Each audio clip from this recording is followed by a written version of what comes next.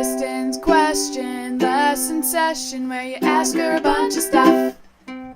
What's poppin', Rosebuds? It's Kristen, and welcome back to Kristen's Question Lesson Session. I hope you all had a fantastic week. Mine was great, but we will get into that later. I hope you all enjoyed Serena's birth week. If you haven't seen any of those videos, I will put all of them in the description below, so go check those out. So, let's get to your questions. My question is, what is your favorite pizza? It's really tough because I just love pizza. If I order pizza, I either get bacon and banana peppers. It sounds really weird, but it's so good. Or I'll get sausage, but I honestly will eat any type of pizza. What would you do if you were asked to open for Ariana Grande on one of her tours? So over the weekend, I went to both Ariana Grande shows at Madison Square Garden, and she was incredible.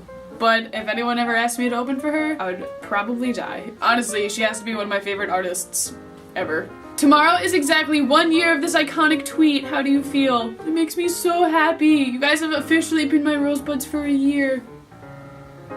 If you had a twin, would you want it to be a boy or a girl? I don't know, because I have a brother already, so I think I would want a girl, but I also don't get along well with other girls because I'm just not a girly girl. I don't really act like a girl. I mean, if she was just like me, then awesome. I would love to have a twin sister. But I love my brother and I love having a brother. But I don't know how I would like having two brothers. Maybe, let's go with a girl. We'll say a girl, and if not, I'll trade her in.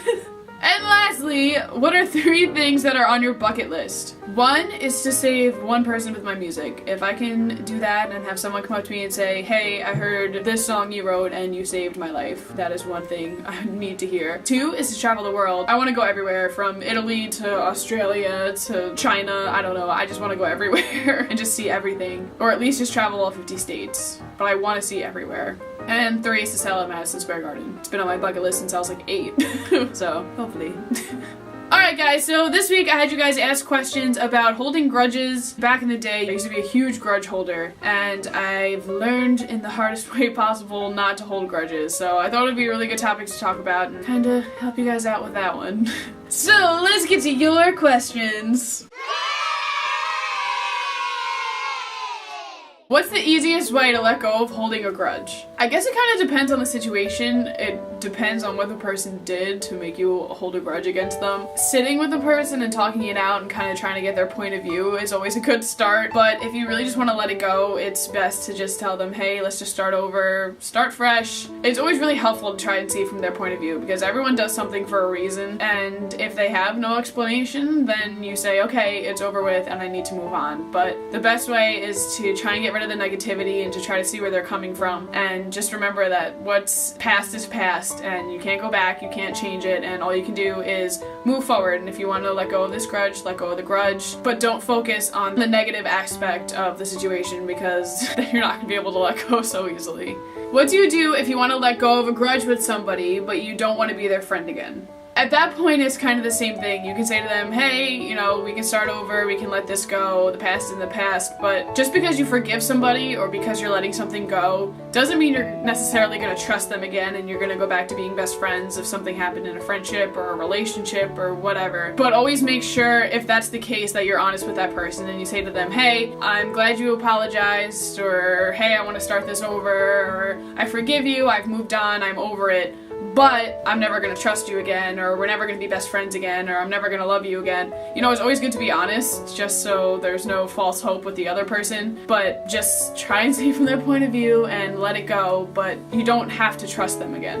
It's not a requirement. Letting go of a grudge doesn't mean you're necessarily gonna become best friends with the person again. And if you do, then that's great, and that's awesome that you can get over it and move on and learn from experiences. But if not, if it's a situation where you lost all hope in that person and all trust in that person, that's completely okay, and it's okay to forgive them and let them go, but to still not trust them. And lastly, do you honestly think it's worth holding a grudge? Why or why not? Honestly, it's not worth it. There were a lot of times in my life where I held grudges, and then one day it was too late and I realized how stupid of a reason I was holding a grudge for, and how important the people were, and how most of the time it was just things I should have let go and moved on from. With my grandma who passed away and I was holding a grudge honestly for no reason. I was mad at my dad and just didn't talk to my grandma, you know, for holding grudges for that, and then her passing away, me not being able to rekindle things. Life is so short, and I'm glad that I learned it with my grandma, and that, you know, with Kyle and I got into some arguments, and that we were able to fix things and leave off on a really good note. Holding a grudge just causes so much unnecessary negativity in your life. If someone's gonna be negative towards you or try and do something to you, just get them out of your life and don't deal with them at all. You don't have to hold a grudge, you don't have to think about it that way. You know, the best thing you can do is just let things go and try and stay on the best terms with people, because you never know what tomorrow's gonna bring, and you never know what's gonna happen. And you honestly never know when you're gonna truly need somebody, and sometimes the people that hurt you are the people that's closest to you, and like I said, you never know what's gonna happen. Honestly, life is just too short to hold grudges.